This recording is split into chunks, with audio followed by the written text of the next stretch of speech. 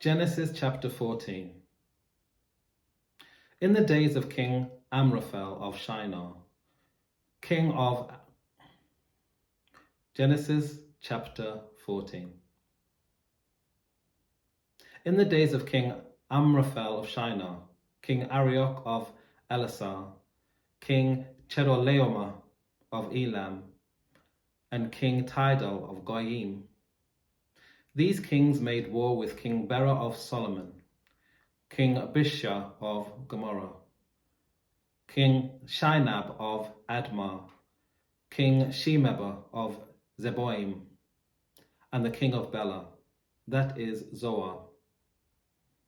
All these joined forces in the valley of Shittim, that is the Dead Sea. 12 years they had served Chedorlaomer, but in the 13th year they rebelled. In the 14th year, Chedorlaomer and the kings who were with him came and subdued the Rephaim in Ashtaroth Karnaim, the Zuzim in Ham, the Emim in Shaveh Kirathaim, and the Horites in the hill country of Seir, as far as El Paran on the edge of the wilderness. Then they turned back and came to En Mishpat, that is Kadesh, and subdued all the country of the Amalekites, and also the Amorites who lived in Hazazon Tamar.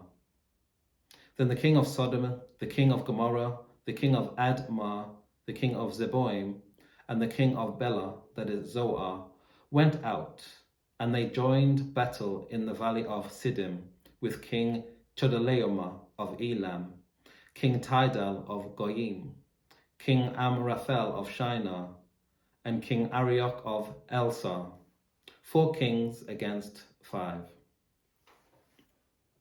Now the valley of Siddim was full of bitumen pits, and as the kings of Sodom and Gomorrah fled, some fell into them, and the rest fled to the hill country.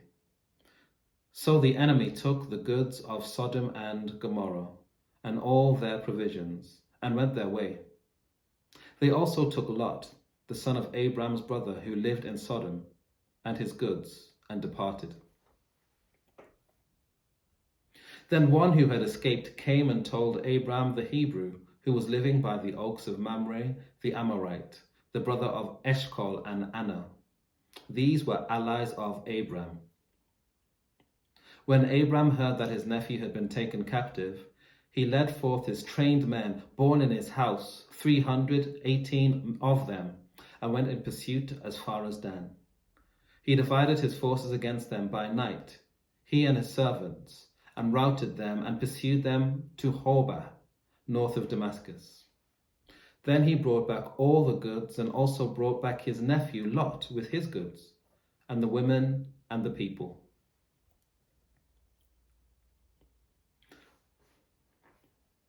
After his return from the defeat of Chedorlaomer and the kings who were with him, the king of Sodom went out to meet him at the valley of Shaveh, that is the king's valley. And King Melchizedek of Salem brought out bread and wine. He was priest of God Most High. He blessed him and said, "Blessed be Abram by God Most High, maker of heaven and earth. And blessed be God Most High, who has delivered your enemy into your hand." And Abram gave him 1/10 of everything. Then the king of Sodom said to Abram, "Give me the persons, but take the goods for yourself." But Abram said to the king of Sodom, "I have sworn to the Lord God Most High, maker of heaven and earth, that I would not take a thread nor a sandal thong or anything that is yours, so that you might say, 'I have made Abram rich.' I will take nothing but what the young men have eaten, and the share of the men who went with me, Anah, Eshcol, and Mamre. Let them take their share."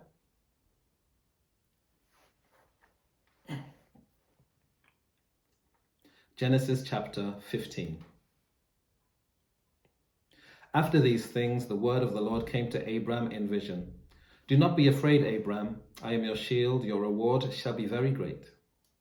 But Abram said, "O Lord God, What will you give me? For I continue childless, and the heir of my house is Eleazar of Damascus. And Abram said, You have given me no offspring, and so a slave born in my house is to be my heir. But the word of the Lord came to him, This man shall not be your heir. No one but your very own issue shall be your heir. He brought him outside and said, Look towards heaven and count the stars, if you are able to count them. Then he said to him, So shall your descendants be. And he believed the Lord, and the Lord reckoned it to him as righteousness. Then he said to him, I am the Lord who brought you from Ur of the Chaldeans to give you this land to possess. But he said, O Lord God, how am I to know that I shall possess it? He said to him, Bring me a heifer 3 years old, a female goat 3 years old, a ram 3 years old, a turtle dove, and a young pigeon. He brought him all these and cut them in two, laying each half over against the other. But he did not cut the birds in two. And when birds of prey came down on the carcasses, Abram drove them away. As the sun was going down, a deep sleep fell upon Abram, and a deep and terrifying darkness descended upon him.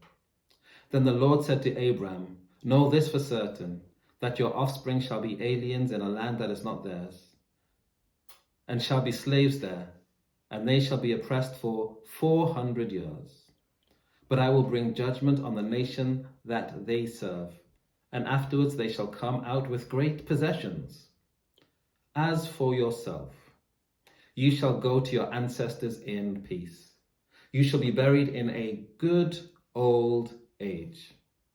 And they shall come back here in the 4th generation, for the iniquity of the Amorites is not yet complete. When the sun had gone down and it was dark, a smoking firepot and a flaming torch passed between these pieces.